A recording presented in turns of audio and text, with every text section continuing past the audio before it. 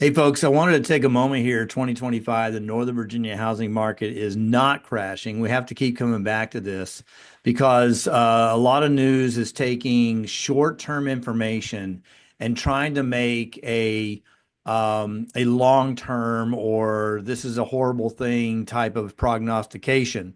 One of the latest numbers that we got from was from Bright, which is our local MLS in the Northern Virginia market, showing that listings are up 29.9%, 30%. And that's usually a point of measurement to see what's going on with the market as a whole. Listings go up, so obviously prices must come down, right?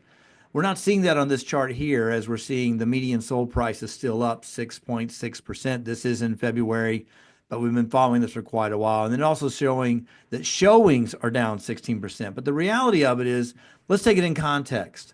Yes, we're down 29% from February to February or March to March in 24 and 25. But this table here is showing you what historically we've had to show buyers and to sell.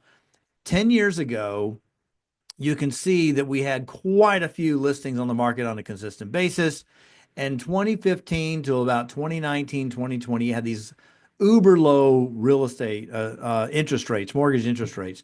So compared to March, February of 2015 to now, we're actually down 55%. So to be up this little bit right here, to be up 29%, we're like rejoicing that we have something to show to our buyers. And so when you have no inventory over time, this is what happens with your pricing. 2017 to about 2020, 2021, you had these low interest rates, but the prices kept moving up because of the lack of inventory. That's just what happens when you do not have any inventory. So having this little smidgen upwards is not really going to change the nature of our market in Northern Virginia and what's going to happen there. This is showing that for prices that are listed, the homes that are listed, what they're getting as far as the list to sold ratio. So you can see that we've been lingering at this 100% of list to sold. So if a house is on the market for 800,000, consistently we're getting 800,000. Whereas you saw in 2015, 16, 17, they were getting like 97, 98% of the list price. So this is just another measurement of how strong the market is or what to expect when you're going out there. Now, in reality, when you look at this number here of the 100%, this is the average across the board. I've taken these out and shown that not all properties are selling for over list price. In fact, about 50% are selling over list price. That 50% selling over list price is selling for 104% on average. Then you have about 25% or 23, 24% that are selling at list price. And then the remainder are selling under. They're not conditioned right. They were trying to reach too much for the brass ring to get their price. And so they had to come down. And that remaining amount, which is about 30%, are selling for 96% of ask price. So that's what's going on with the list to sold price.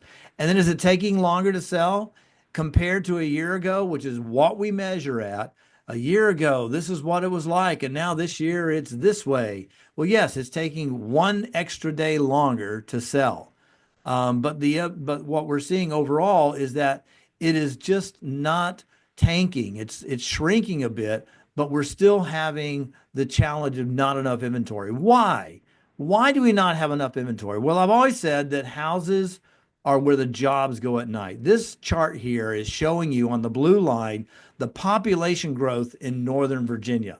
Okay? You see that it's continually moving upward.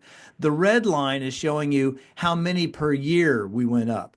So, yes, you can see during COVID 2021, we dropped below growth. We actually lost a few. But this past year, we're already up 35,000 residents in 2023 to 2024 in the Northern Virginia area with a population of 2,601,000. So what does this mean?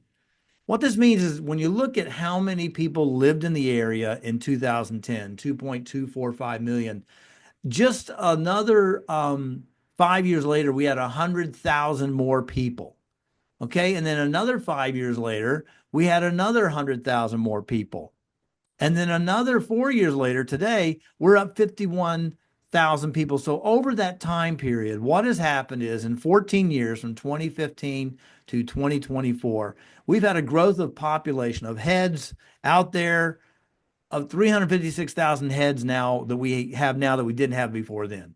Okay. Now, when you look at that, the actual household average is 2.61 people. That's 136,000 households that we do not have. We have not grown our inventory by 136,000. We do not build another 9,744 new houses every year. That's why we're behind where we are. The jobs are coming, and we do have a few challenges in 2025 with what's going on in Capitol Hill. But folks, we do not have enough inventory for the people that are already here. And so we'll have some adjustments in the jobs, and we'll see what happens there. But when you look at the projection to 2030, 2040, 2050, that measurement of people living here and coming to this Northern Virginia area and the DC region, it's just going to continue moving forward. And until we take care of the housing shortage by building more houses, I don't see a tanking happening. Something a lot more than just a certain portion of the industry shrinking is going to take to bring prices down and things such as that. Hope this helps you out. If you got any questions, please, you can connect me at my contact information below. But also, if you like the channel, share this with someone. Buyers, sellers, investors, and I think even agents can benefit from this. And I don't see these basic numbers changing over just the next year. So it's good information to have back there when you're looking to sell your property or buy a property, that this is what you're really facing when it comes to what you have to do to get involved in this market here. Thanks so much, and have a great day.